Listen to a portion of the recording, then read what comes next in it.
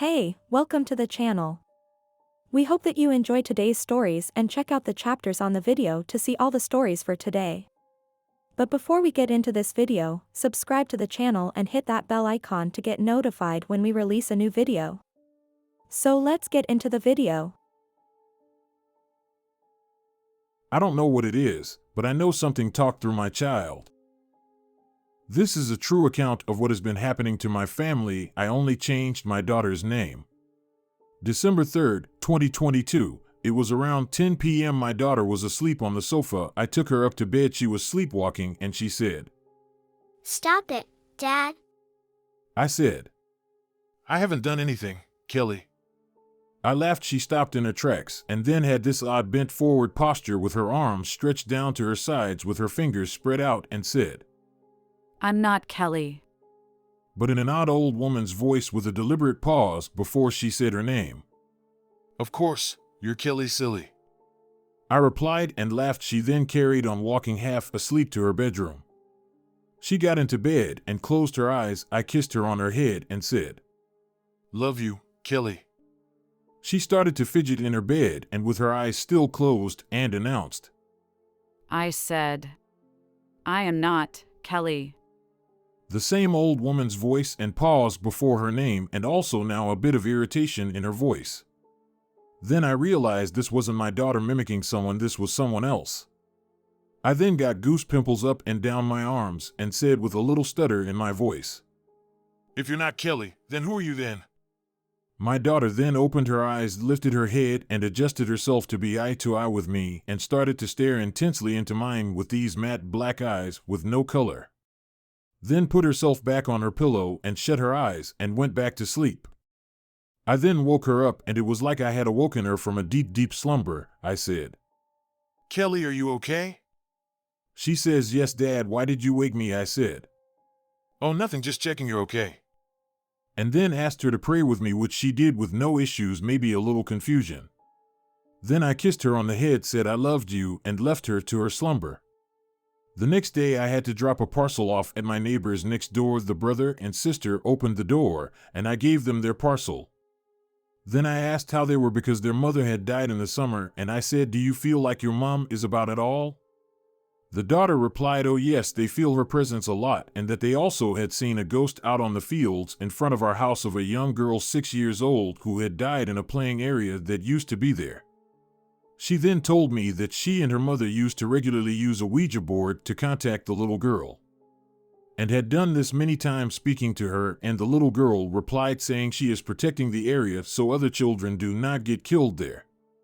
And also a friend of the family who had died and was still visiting them in spirit form dressed in a hood and was seen moving through their rooms at night to check on them.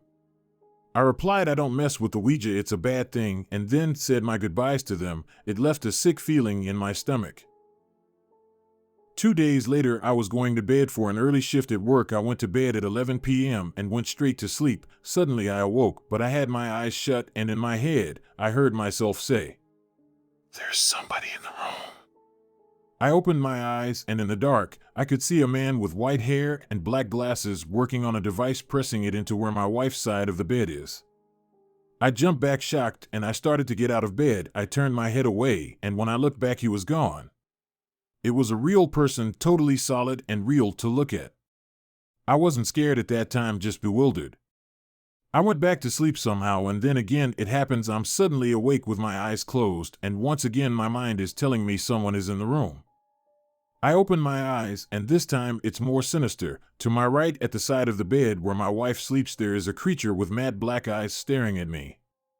The eyes reminded me of how my daughters looked a few days before.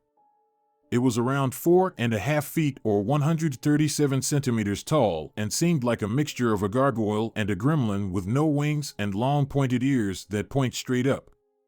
Nostrils like a gorilla. Its skin was dark green and leathery with light orangey brown strips going down its arms.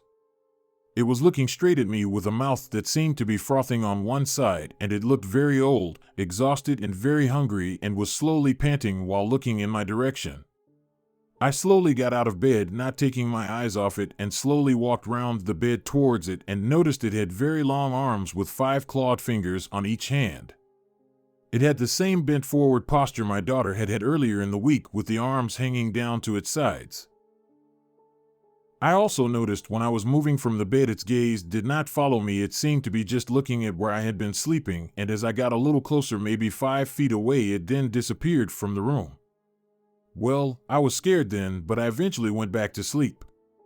The next 2 weeks were fine, but from late December 2022 into now February 2023, I have started to have real trouble sleeping. I feel I'm being watched, but also I feel an icy cold wind blows on my neck and around my spine and knees.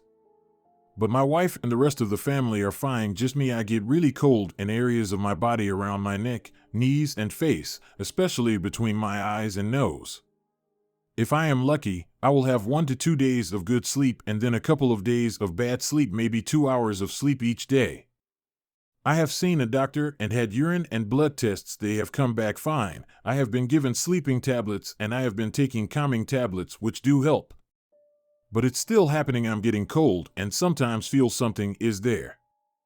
I also saw a vicar and had myself blessed, and also a crucifix and Holy Bible blessed as well, and I went around the house saying the Lord's Prayer and then telling it to leave by the power of God and Jesus Christ.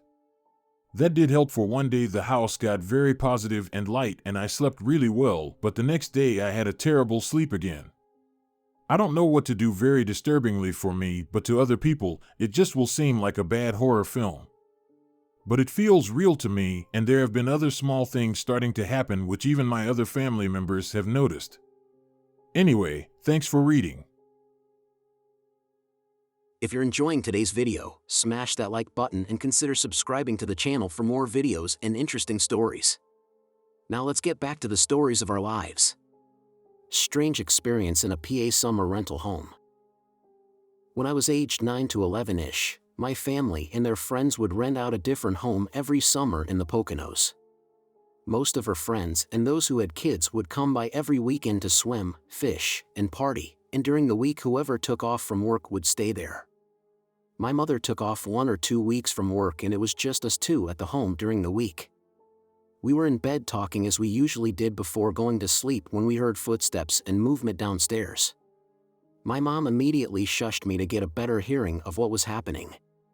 I didn't immediately get alarmed by it, but I remember asking why. My mom again said shush with a sense of urgency and fear that made me instantly nervous. I knew we were there alone and realized that someone else was downstairs. These footsteps were very loud and not trying to be quiet. After a minute or so we heard them approaching the stairs. Once my mom realized these noises were in fact happening, she snapped into action and quietly ushered me out of bed. She started to open the window. We were on the 2nd floor bedroom with a flat roof directly outside our window.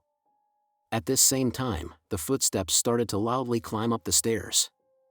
I was so scared, and my mother was telling me to climb out the window. In her mind, these were robbers or intruders that might want to cause us harm.